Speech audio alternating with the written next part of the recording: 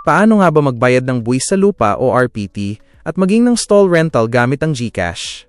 Una, hanapin ang Google Chrome sa inyong phone at buksan ang app.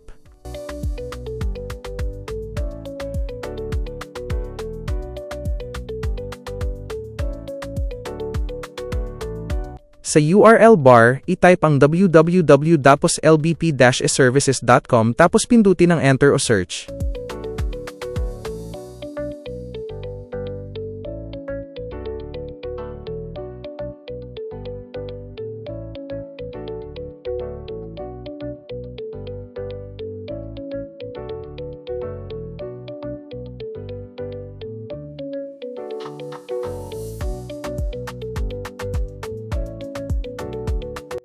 Pagkabukas ng website, i-click ang Pay Now.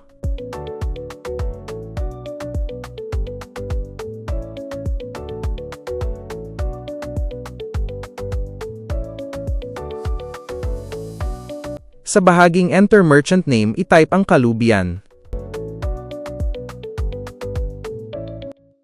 May lalabas dyan na Municipal Government of Kalubian, Leyte. Pindutin ito at i-click ang Continue. Pagkatapos nito, sundan lang ang mga susunod na hakbang na makikita sa video.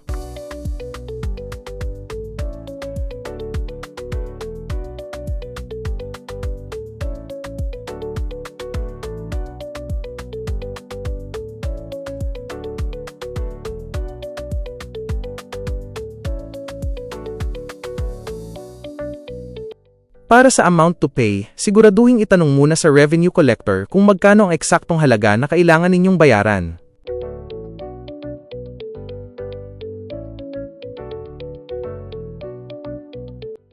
Sa payer name naman, kung stall rental ang pinili mong transaction type, ang ilalagay mong pangalan dito ay ang mismong pangalan ng may-ari ng stall.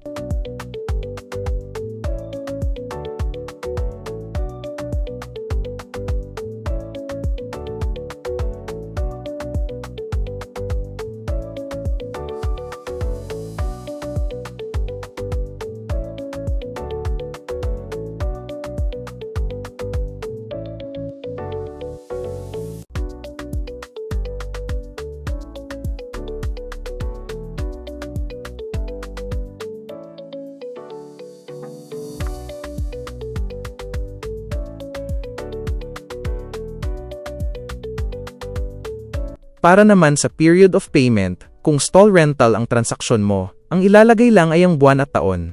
Halimbawa, kung 2 buwan ang babayaran mo gaya ng July at August, i-type mo ang July-August 2026.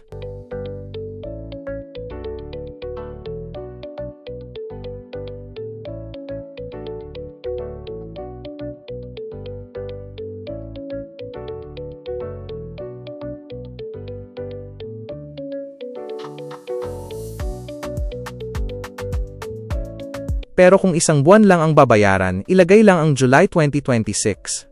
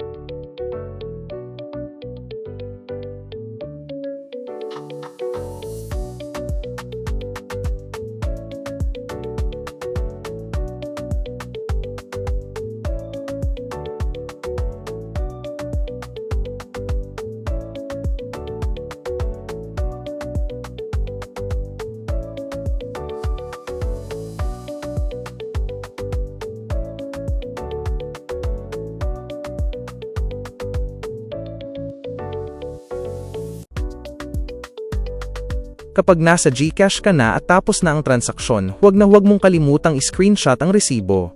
Ipakikita mo kasi ito sa revenue collector bilang patunay na pumasok na ang iyong bayad. Pagkatapos nito, mag-i-issue ang revenue collector ng inyong official receipt. Kung hindi ka naman agad makakapunta sa munisipyo para kunin ang mismong resibo, pwedeng pikturan muna ito ng revenue collector at isend sa iyo sa messenger.